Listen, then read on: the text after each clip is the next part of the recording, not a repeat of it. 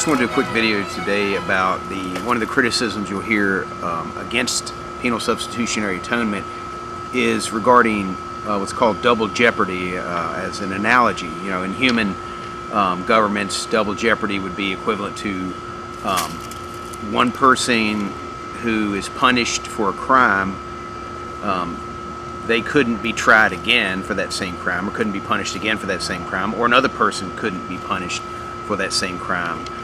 Because if justice is satisfied the first time, then there would be no case for it to be applied the second time.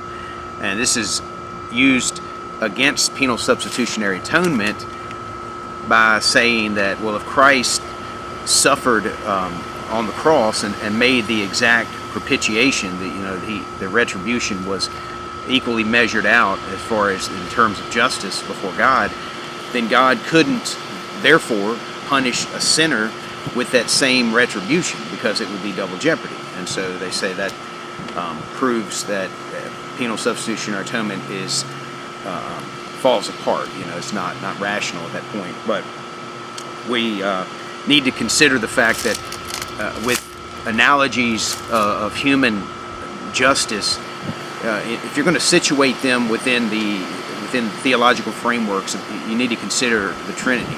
You know, that the atonement is done within the persons of the Godhead, and there is no analogy within human justice that can match this. You know, so we're talking about mysteries here regarding the work of Christ and the atonement, because one of the ways I think that you'll have to look at it with regards to what Christ has done is that the sin debt was transferred onto him on the cross in the body of his flesh as a man, in his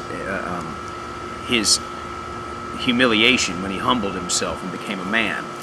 And so this transaction is going on, and it's more akin to, in those terms, as maybe a banker who buys a bunch of debt. Say there's a bunch of mortgage debt that's grouped together, and a banker buys it from another banker, say. Well, the purchase was made, and now that secondary banker owns the debt. He has taken responsibility for the debt. And this is, in effect, what's going on with the cross, is that Christ is taking responsibility for the debt that we have incurred before God, but he therefore becomes the one that executes the wrath. He's the one that makes it right, if you will, by terms of faith in him or rejection of what he's done. You know, so that would be, and again, all analogies fail in regards to this, because we're talking about the divine nature of God, the Trinitarian formulation of this. So there will be mystery involved in this, and we would simply point back to the videos we've done previously that penal substitutionary atonement is biblical. It's, you know, you go back and look at the other videos we covered in this playlist regarding it, that it's a biblical revelation. So you know, you have to address those particular points. One of the failures with the idea of a double jeopardy, it's almost assumed that Christ is a third party, an independent third party that's not related, instead of the fact that he is the one whom we have sinned against, you know, as God.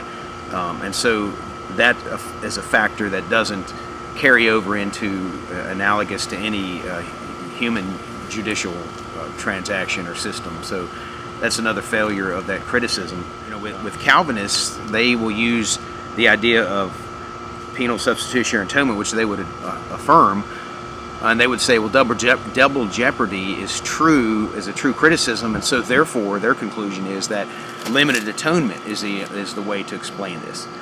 But the problem with that is they're too successful in their endeavors, because what they're saying in effect is that if Christ took the punishment, you know, the just punishment, then the elect should never be under the wrath of God, which is exactly contradicted in scriptures. For example, Ephesians chapter 2, when the Bible says, Paul says regarding himself and other of the believers, that they were by nature the children of wrath. So if they're the children of wrath, then that would contradict double jeopardy as well. So their own system it doesn't comport with it. So it wouldn't apply there. The other people that try to use that would be universalists, who try to say, well, if Christ paid for the sins of the world, then all the world will be saved at some point.